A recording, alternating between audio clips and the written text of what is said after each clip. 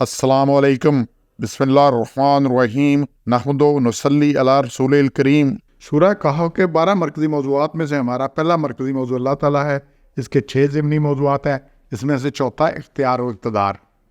پہلا نقطہ اور دوسرا آیت 27 میں سے ہے، اللہ تعالیٰ کی باتوں کو کوئی بدلنے والا نہیں ہے اور اللہ کے سوا کوئی پناہ گاہ نہیں ہے۔ یہ 27 میں اللہ نے بڑا کلیئر کیا ہے، لا مبدل لکلماتہ، اس کا کلمہ، اس کی بات نہیں بدلتی، اور ولن تجد، اور نہیں تم پاؤ گے من دونہ ملتحدہ، کوئی بھی پناہ گاہ اس کے علاوہ، کوئی پناہ گاہ نہیں۔ ملتحد لحد سے ہے، لحد کہتے ہیں ملان کو، جھکنا، اسی لیے قبر میں جو دفن کرنے کی جگہ ہوتی ہے اسے لحد کہتے ہیں۔ الحاد اسی طرف سے ہے کہ باطل کی طرف جو ملان ہو، تو ملتحد امن، قرار کی جگہ، پناہ گاہ۔ یہ آیت اس ریفرنس میں آ رہی ہے کہ اصحاب کہف کا قصہ ختم ہوا ہے، اس کے بعد خطاب حضور اکرم صلی اللہ علیہ وسلم کو ہے۔ سردار قریش جو تھے وہ آپ کو کہتے تھے کہ کچھ لوگ، کچھ دو تمہاری مانو، کچھ ہم تمہاری مانتے ہیں، کی بنیاد پر ہم سے سمجھوتا کر لو کہ ہم آپ کی اکثر باتیں مان لیتے ہیں، آپ صلی اللہ علیہ وسلم ہماری یہ بات مان لیں کہ ہمارے معبودوں کو اور کچھ نہ کہیں، بس اتنا ہے کہ کچھ نہ کہیں۔ اللہ نے جواب دیا کہ احکامات الہی میں کوئی رد و بدل اور ترمیم و تنسیخ کا اختیار کوئی بھی نہیں رکھتا، اور جو کوئی ایسا کرے گا اللہ کی گرفت سے نہیں بچ سکے گا۔ یہ ایک حکم ہمیشہ کے لیے ہے، اور حق اور باطل میں کوئی سمجھوتا نہیں ہے اور نہ ہی اس کی کوئی گنجائش ہے۔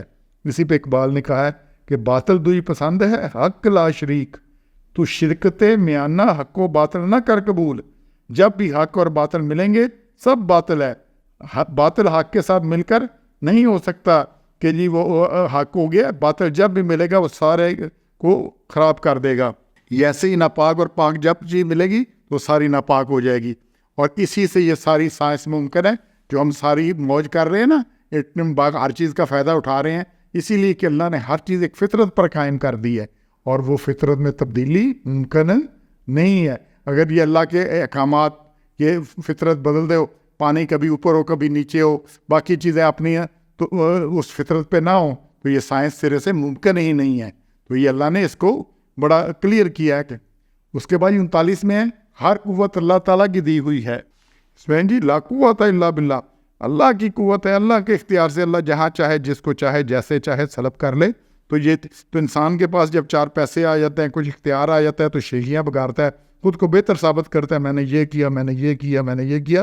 تو کرنا کیا چاہیے؟ اللہ کا شکر کرے کہ سب کچھ اللہ نے دیا ہے۔ اگر اس نے عقل استعمال کی ہے تو عقل کس نے دی ہے؟ اگر وہ چل کے کہیں گیا ہے تو ٹانگیں کس نے دی ہیں؟ اگر اس نے بڑی باتیں کی ہیں، چرب زبانی کی ہے، تو زبان اس کو کس نے چلائی ہے؟ تو یہ ساری قوتیں کس نے دی ہیں؟ لا قوت الا باللہ۔ ایک بھی قوت سلب کر لے، ایک بھی تھوڑا سا خلل آ جائے کسی میں، تو کچھ نہیں ہو سکتا۔ تو ہر قوت اللہ تعالیٰ کی دی ہوئی ہے۔ اور پھر 44 میں سے 2 نکات ہیں، سب اختیارات صرف اللہ تعالیٰ کے ہیں، اور بہتر ثواب اور بہتر بدلہ وہی دے سکتا ہے۔ اس میں اللہ نے کلیئر کیا ہے، یہاں ہر اختیار اللہ تعالیٰ کا ہے، برحق ہے، وہی بہتر ہے ثواب دینے میں اور بہتر ہے بدلہ دینے میں۔ بدلہ بھی اس نے دینا ہے، ثواب بھی اس نے دینا ہے، اختیار بھی اسی کا ہے، اس کے علاوہ نہ کسی کا اختیار، نہ کوئی بدلہ دینے پہ اس قادر ہے۔ تو انسان کی جتنی بھی جسمانی قوتیں ہیں، روحانی قوتیں ہیں، مالی ہیں، معاشی ہیں، معاشرتی ہیں، یہ تمام قوتیں اللہ کی دی ہوئی ہیں، اور یہ اللہ کے اختیار میں ہیں کہ کسی قوت کو سلب کر لے۔ قارون جب نکلا تھا تو کتنا لوگ اس کے پیچھے پیچھے تھے، سارا کی سورہ قصص میں، اور پھر جب اس نے سلب کر لیا، زمین میں دنسا دیا، تو اللہ کسی وقت کسی کو سلب کر سکتا ہے۔ یہی باقی جگہ پہ ہے، کئی واقعات ایسے جہاں اللہ اس کو سلب کر لیتا ہے۔ تو تمام اختیار اللہ کے ہیں، اسی نے بہتر بدلہ دے رہے ہیں، اسی سے بہتر اچھا جو کام ہمارا یہاں ایک تقیہ کلام ہے جی، ہم انسانیت کی خدمت کر رہے ہیں، فلاح بہبود کر رہے ہیں، سارا کچھ کر رہے ہیں، یہ ذریعہ ہے، یہ مقصد نہیں ہے۔ مقصد اللہ کو خوش کرنا ہے، اللہ سے ثواب لینا ہے۔ اگر ہم نے انسانیت کی خدمت کر لی، مدر ٹریسا نے کر لی، اور بڑوں نے کر لی، تو پھر کیا ہوا؟ کیا ملنا ہے؟ تو ہم نے اللہ کو خوش کرنا ہے، اللہ سے ثواب کے لیے کام کرنا ہے۔ یہ لوگوں کی خدمت، باقی جو کچھ کرنا ہے، یہ ذریعہ ہے، یہ مقصد نہیں ہے۔